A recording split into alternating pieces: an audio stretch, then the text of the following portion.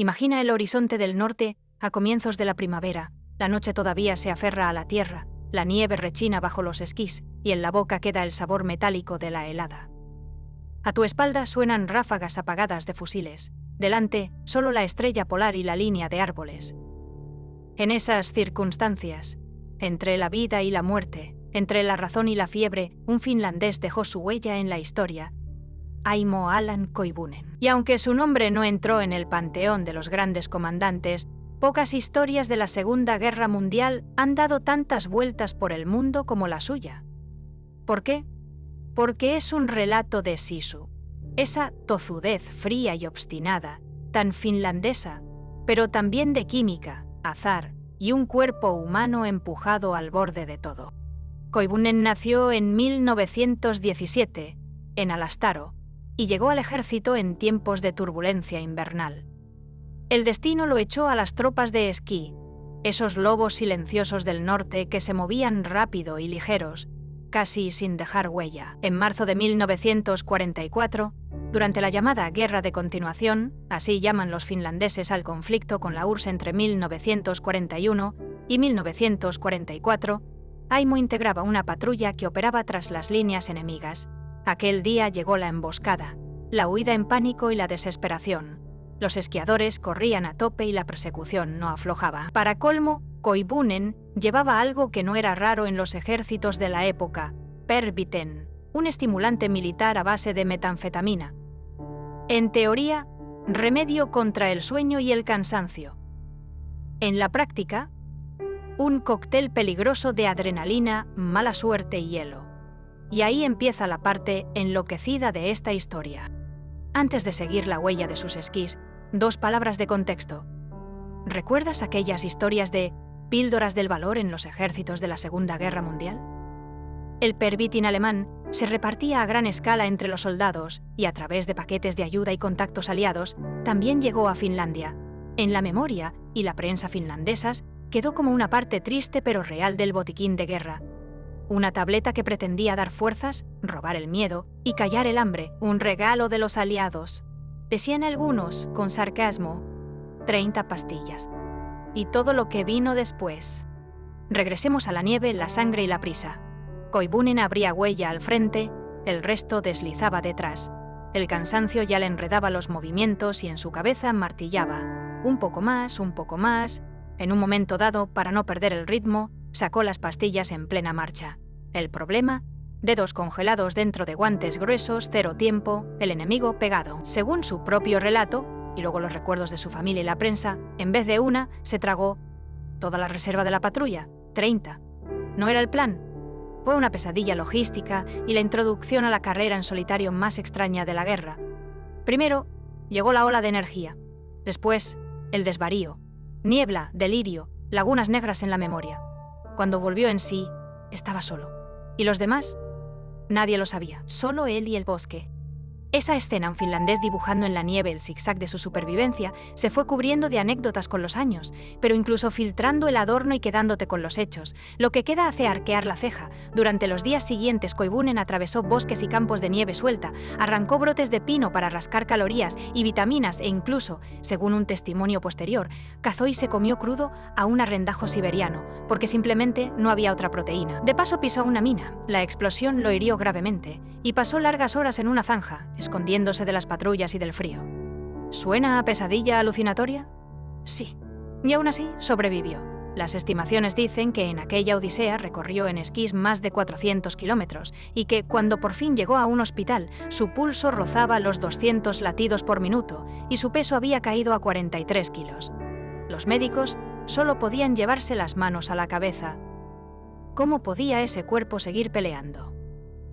¿No invita esta imagen a ponerle un marco hollywoodense? Por supuesto. Durante décadas aparecieron versiones y añadidos. Alguien mete un glotón furioso, en otros lados lo comparan con un Rambo a base de metanfetamina. Pero en el núcleo no hay mito, hay una persona, un soldado asustado y perdido que, bajo presión, tomó una decisión dramática y equivocada y luego tuvo que pagar la cuenta y seguir. Así se ven, desde dentro, muchas leyendas de guerra. La química de la guerra y el precio de la píldora milagrosa. La guerra no son solo tanques, mapas y estados mayores. También es una farmacopea: morfina, heroína, bencedrina, pervitin, nombres que hoy intimidan y que entonces pasaban por algo normal en el equipo del soldado. Pervitin, invento de la farmacia alemana, llegó muy rápido a los bolsillos de la tropa. Prometía mantenerte alerta, adormecer el miedo y el hambre. En el frente del norte sonaba a salvación. 2 días más sin dormir, se puede. ¿El problema? Junto con la fuerza, venían las arritmias, la deshidratación, la psicosis, la agresividad y luego, un bajón profundo y negro. En Finlandia los médicos y los logísticos lo sabían, pero era la época. Las tabletas acabaron en las unidades y también en el bolsillo de Aimo. No tiene sentido cebarse hoy con aquellas decisiones. Desde el siglo XXI es fácil dictar sentencias severas sobre las prácticas de guerra. Mejor preguntarse, ¿qué nos dice este caso sobre nosotros mismos? Porque cuando la soga aprieta, ¿no es tentador buscar el atajo, el subidón, el refuerzo instantáneo? Suena demasiado contemporáneo, de los cafés y energizantes, a las pastillas para concentrarse, hasta los inventos del biohacking. La historia de Koivunen, hecha con la nieve de los 40, lanza una pregunta que aún chisporrotea. ¿Cuánta fuerza queremos pedir prestada a la química y con qué intereses? Tras la guerra, Koivunen volvió a la vida civil. Se casó con Elsa, tuvo una familia numerosa, 9 hijos, y trató a su manera de guardar en un cajón las nieves de Kantalahti. No hablaba mucho del tema, como tantos veteranos. Solo en los años 70, cuando la revista finlandesa Kansa Taisteli convocó un concurso de memorias del frente, Aimo escribió su odisea con un título elocuente: Pervitiini Partio. Publicaron el texto en 1978 y, para más señas, ganó el segundo premio. Muchos años después volvió a la superficie, cuando Internet se enamoró de historias, a medio camino entre lo absurdo y lo heroico. La del finlandés a base de pastillas explotó en foros y webs de curiosidades. Hoy no cuesta nada toparse con vídeos cortos, memes y artículos que resumen la odisea en 2 frases y 5 emojis. Pero en el origen sigue habiendo una persona que vivió algo realmente raro: el encuentro entre un accidente tonto y una obstinada voluntad de resistir. Intentemos meternos más adentro de ese recorrido, como si siguiéramos su estela. Oyes en la cabeza el ritmo monótono, los esquís sobre la huella dura. La primera fase tras la sobredosis, la descarga de energía. La cabeza clara como un neón, los brazos ligeros, el paso en un compás perfecto. Cuando la adrenalina y el pervitin hacen su trabajo, la técnica de esquí funciona como una máquina bien aceitada. Pero el cuerpo no es un móvil perpetuo, y la fisiología no se deja engañar sin pasar factura. Fórmula: hiperestimulación, 20 grados bajo cero. Nada de sueño, calorías mínimas, desastre. Con esa mezcla, las alucinaciones no extrañan. El cerebro dispara salvas en vacío, el reflejo le gana a la razón. Koivunen escribía en sus recuerdos sobre interlocutores fantasmales, sobre cómo perdía a su unidad y la buscaba siguiendo huellas gastadas. Atravesando ventisqueros, por la noche se hundía en el hielo para construir una cueva de nieve improvisada que atrapara el calor corporal. Táctica tan vieja como los Alpes. Te metes bajo la superficie, haces un techo con esquís y nieve, te aíslas del viento. Al amanecer, sales y sigues. En algún punto llegó la explosión, una mina. ¿La nieve amortiguó la onda? Probablemente, en invierno, con mucha cubierta, las explosiones se comportan distinto. Y aquí una de las escenas más humanas de la epopeya. Yaces en una zanja, pasan horas y días, y tú, aturdido y dolorido, sigues vivo porque no hay otra cosa que hacer. Frío se convierte en un sustantivo que se te pega como un nombre nuevo. A veces lo acompaña el hambre. Un hambre que te enseña cocina de bosque, brotes de pino con un poco de azúcar y resina, un pájaro que puedes atrapar por sorpresa, un poco de agua de nieve derretida, aunque ya sabemos, no la tomes sin hervir, porque enfría el cuerpo. Pero en el extremo, todo se rinde ante el puedo ahora. Médicos, cifras y un casi milagro biológico. La persona vuelve con la gente. Así terminó el camino. Al final había un hospital y médicos que anotaron unas cifras que hoy se citan con una mezcla de incredulidad y morbo. Un pulso en torno a 200 latidos por minuto, un peso de unos 43 kilos, un descenso en picado del metabolismo y aún así, estabilización, regreso, convalecencia. Milagro, la ciencia tiene mucho que decir. En un estado de excitación extrema, el cuerpo puede tirar de reservas mucho tiempo, destruyendo tejidos, vaciando el glucógeno hasta el fondo, quemando grasa y músculo como combustible. Súmale el frío, que, paradójicamente, puede limitar la inflamación y la hinchazón y los periodos de reposo forzado tras la mina, y obtienes un mosaico de pequeñas oportunidades que, sumadas, dan supervivencia. Probabilidades malas. Suerte, esta vez benigna. Lo más fácil es decir, sobrevivió y punto. Pero la vida después de historias así suele ser más difícil de lo que parece. Koivunen formó una familia, trabajó, envejeció, como todos. Murió en 1989, con 71 años. Dejó no solo el recuerdo de aquella loca travesía, sino, y quizá, sobre todo, la biografía silenciosa de un hombre que intentó recomponer su vida tras la guerra. Para sus hijos fue simplemente un padre. Para nosotros, un héroe de relatos de Internet y una parábola sobre lo cerca que están el auxilio y el verdugo dentro de una pastilla pequeña y barata. ¿Qué hay aquí que sea realmente nuestro? Ahora, una pregunta para ti, lector. ¿Qué te llevas de esto? ¿Que la metanfetamina es una mala idea? Claro, no necesitamos la tundra finlandesa para entenderlo. Que la guerra tuerce espinas morales y estándares médicos, también, pero es un lugar común. Para mí el núcleo está en otro lado, en la tensión entre control y caos. Todos tenemos momentos en los que corremos y no hay tiempo de quitarse los guantes, separar pastillas, contar hasta 3. Entonces las cosas pasan. Koivunen es el patrón de esos ratos, cuando te equivocas de dosis, de camino, de decisión, y luego pagas. Si tienes suerte y aliados, aunque sea una cueva de nieve bien hecha, sales adelante.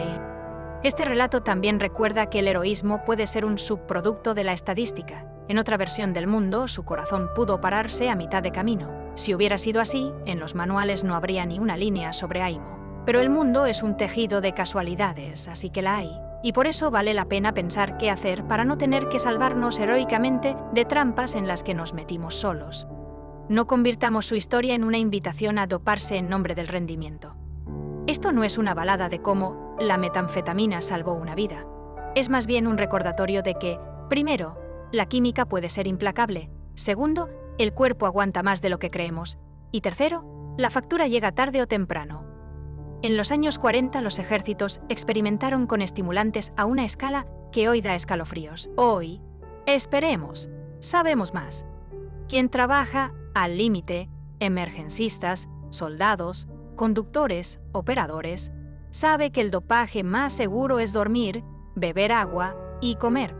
El resto es ruleta rusa, solo que con un tambor más grande. Nos encanta añadir picante a estas historias. ¿Luchó Aimo con un glotón que resultó ser un árbol? Internet tiene esas versiones. Y que las tenga, Internet se alimenta de condimento. Pero lo seguro quedó en las fuentes finlandesas, sobrias y frías. Una dosis fatal, una travesía en soledad, una mina, hambre, helada y al final, un regreso sorprendente a la gente. Los recuerdos publicados en Kansa Taisteli, retomados después por medios finlandeses y por su familia, mantienen la narración a raya, sin efectismos, sin el añadido de «así fue al metro y al minuto». Y ese sentido de medida es, quizá, lo más hermoso de todo. ¿Por qué esta historia funciona tan bien? Primero, la escala, 400 kilómetros en esquís, y en delirio suena chiste irónico del libro de récords. Segundo, el escenario. Laponia, la línea del frente, la pesadilla del desierto blanco, dispara la imaginación. Tercero, la ambivalencia. No hay heroísmo puro ni estupidez pura. Hay una persona acorralada que hizo un gesto reflejo, sobrevivió y luego vivió con las consecuencias. Y por último, el encanto del sisu finlandés. La palabra ya suena como un meme, pero si la desarmas, aparece el trabajo simple, terco y constante. Un paso más, un desliz más, una noche más.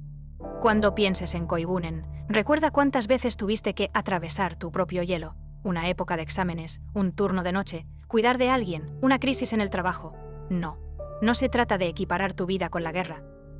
Se trata de entender el mecanismo. El cuerpo puede más de lo que crees, pero eso no significa que puedas apretarle la tuerca sin consecuencias. A Aimo Koivunen nunca se le atribuyeron poderes sobrehumanos. No hizo carrera mediática ni tuvo tiempo. Murió en 1989. Dejó unas cuantas páginas de memorias, algunas fotos y una familia que años después repetía. Fue una de las pocas historias de la guerra que contó. El resto lo añadió El Mundo, redacciones, youtubers, foros, pero el núcleo quedó igual: determinación biológica, un accidente tonto y un destino que, esta vez, decidió no patear al caído.